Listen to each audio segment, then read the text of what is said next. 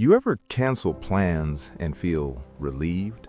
Not guilty, not anxious, just relieved. Like your whole body exhaled. Most people won't admit that. They'll say, "Oh, I feel so bad, I hate canceling."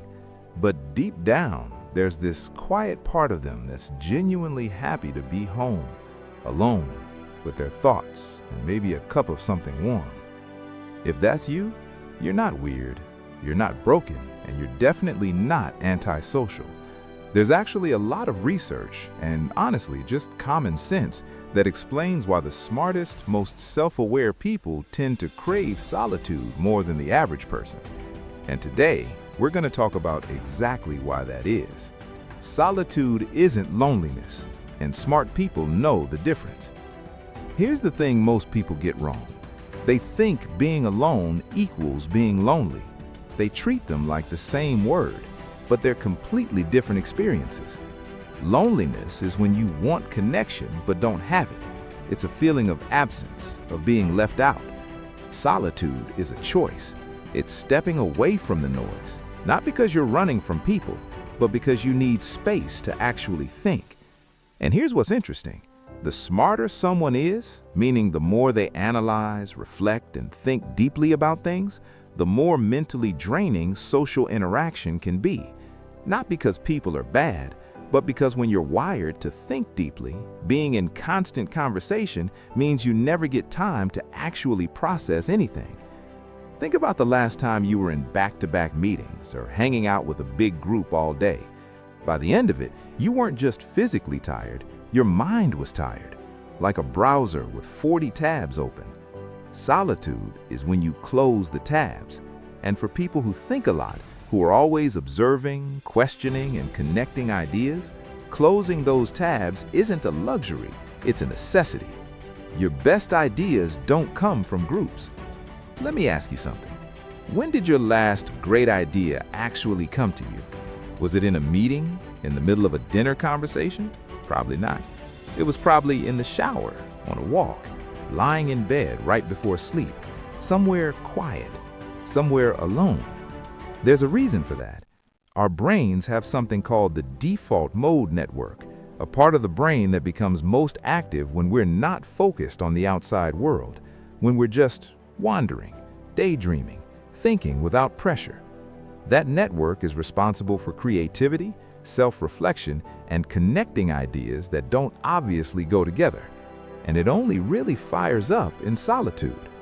When you're always surrounded by people, always responding, always reacting, your brain never gets to run in that background mode. The creative engine stays off.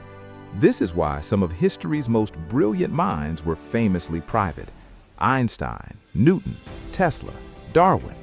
These weren't people who avoided others because they were awkward or broken. They protected their alone time because they understood something.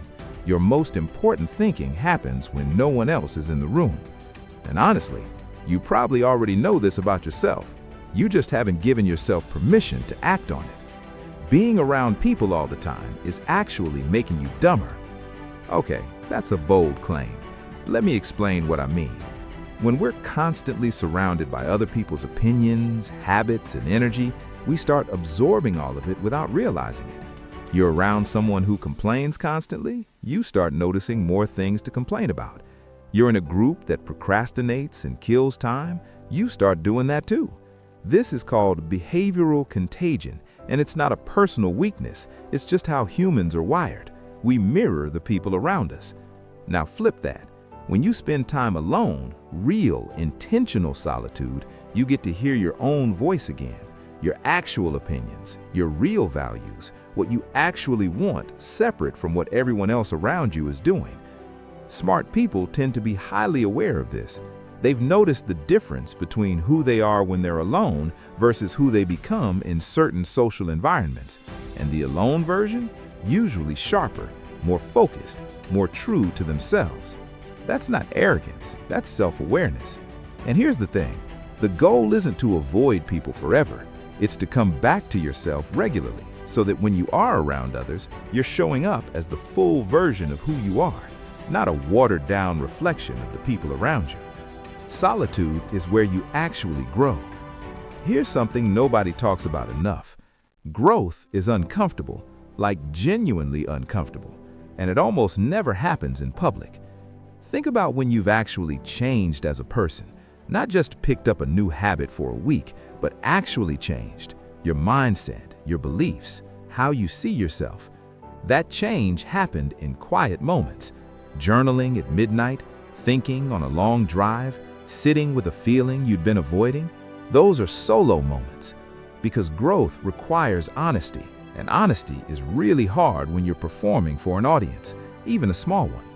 When you're alone, there's no one to impress, no one to agree with to keep the peace, no version of yourself to protect. You can look at your failures without minimizing them. You can sit with the hard question, am I actually who I want to be? And then start doing something about it. This is why a lot of people are secretly afraid of being alone, not because they'll be bored, but because they know that in the silence, they'll have to face themselves. And smart people, people who genuinely want to grow, they lean into that discomfort instead of running from it. That's actually the trait that separates people who talk about changing their lives and people who actually do it. Okay, so here's the practical part. Because loving solitude doesn't mean hiding from the world. It means being smart about how you structure your time. First, protect your mornings. Even 20 to 30 minutes before your phone takes over. No social media, no messages. Just you, your thoughts, maybe a notebook.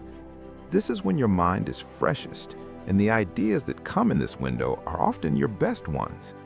Don't give that time to a screen. Give it to yourself. Second, reframe alone time as productive time.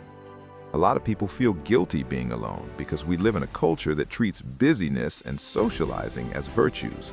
If you're not constantly connected, something must be wrong with you. That's nonsense. Some of your most important work happens when no one is watching. Processing, reflecting, planning, creating. Don't apologize for that. Third, learn to be selectively social. This doesn't mean being cold or canceling on everyone. It means being intentional. Choose the interactions that genuinely energize or add value to your life. Let go of the obligations that drain you for no good reason. Your time and energy are finite. Spend them where they actually matter, and that includes spending them on yourself. And fourth, sit with discomfort. If being alone feels boring or anxious at first, that's actually a sign you needed more. Most people can't sit quietly for 10 minutes without reaching for their phone. Work on that. Sit with it. Let the discomfort pass, because on the other side of that restlessness, that's where your actual thoughts live. So, let's bring it back. Smart people don't love being alone because they hate people. They love it because they understand something that takes most of us years to figure out. That clarity doesn't come from constant noise. It comes from stepping away from it. They know the difference between loneliness and solitude. They know their best thinking happens in quiet. They know who they really are only comes through when no one else is in the room. And that's self-awareness. That's not a flaw. That's one of the most important things you can build. So, here's your one small step for tonight. Put your phone in another room for 30 minutes. No music, no podcast, no TV. Just sit, think.